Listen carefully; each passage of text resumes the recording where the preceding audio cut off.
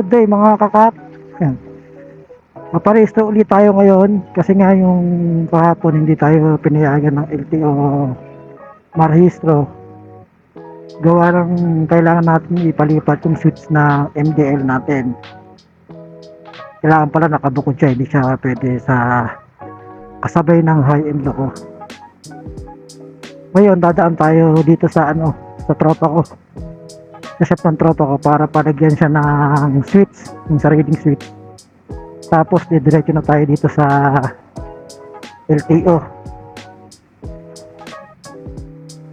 Tara, samahan nyo ako para makita nyo yung proseso kung paano sa emission tsaka kung paano pagkuha ng rehistro ng motor.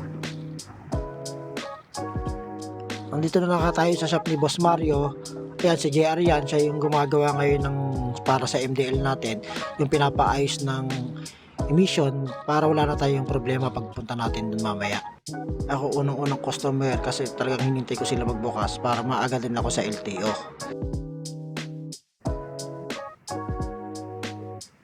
Yan mga kapatid, okay na yung MDL natin at pupunta na tayo dito sa LTO.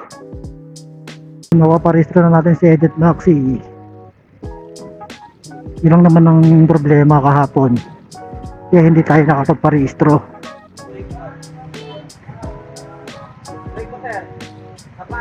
Yan, chinecheck tayo ni sir. Sabi-sabi na chinecheck para mabilis na, para pagdating dun sa emission test wala nang abala.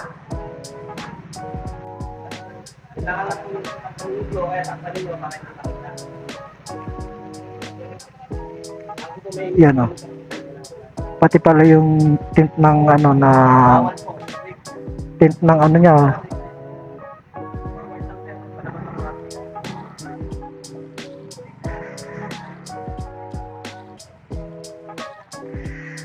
Yan yung kay kuya, pati yung tint ng ilaw niya sa headlight pinatatanggal.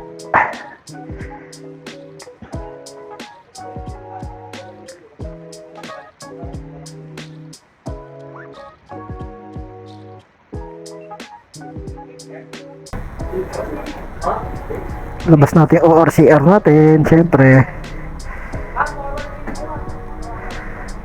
Yun.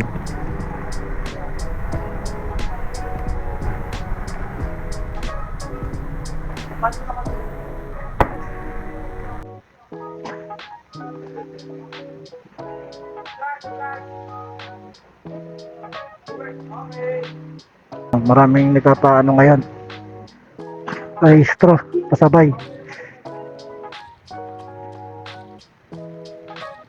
Sa akin din pinatanggal ko yung ko sa ilaw. Sa akin kahapon pinatanggal ko yung ilaw ko. Oo, yung kay kuya tinatanggal yung kulay blue niya. Yung ilaw niya pala, hindi pala tint ng ilaw niya, kulay blue. Binigay na nga natin kay sir yung ORCR natin. Siya rin nagsabi sa atin kahapon na paayos natin yung MDL natin. Okay na tayo, pinapunta na tayo dito sa emission test para dito sa motor natin ma-check nila ng buong buo. Kaya tayo ng emission. Saan yung cashier? Yun, cashier. Ito pa pula walang card. Dito na tayo sa cashier para magbayad.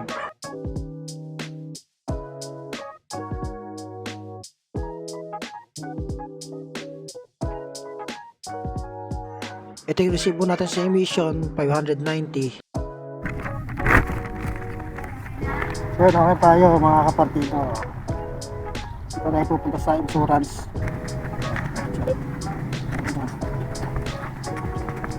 Okay na tayo mga kap sa sa insurance.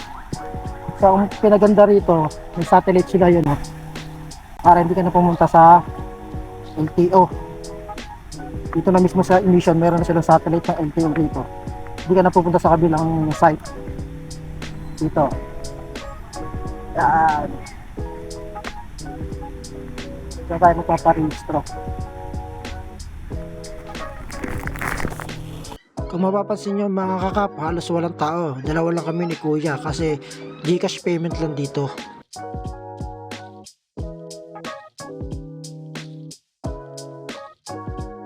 Ito ko nga mga kakap, wala pang halos 5 minuto, yung register OR natin na-release kagad.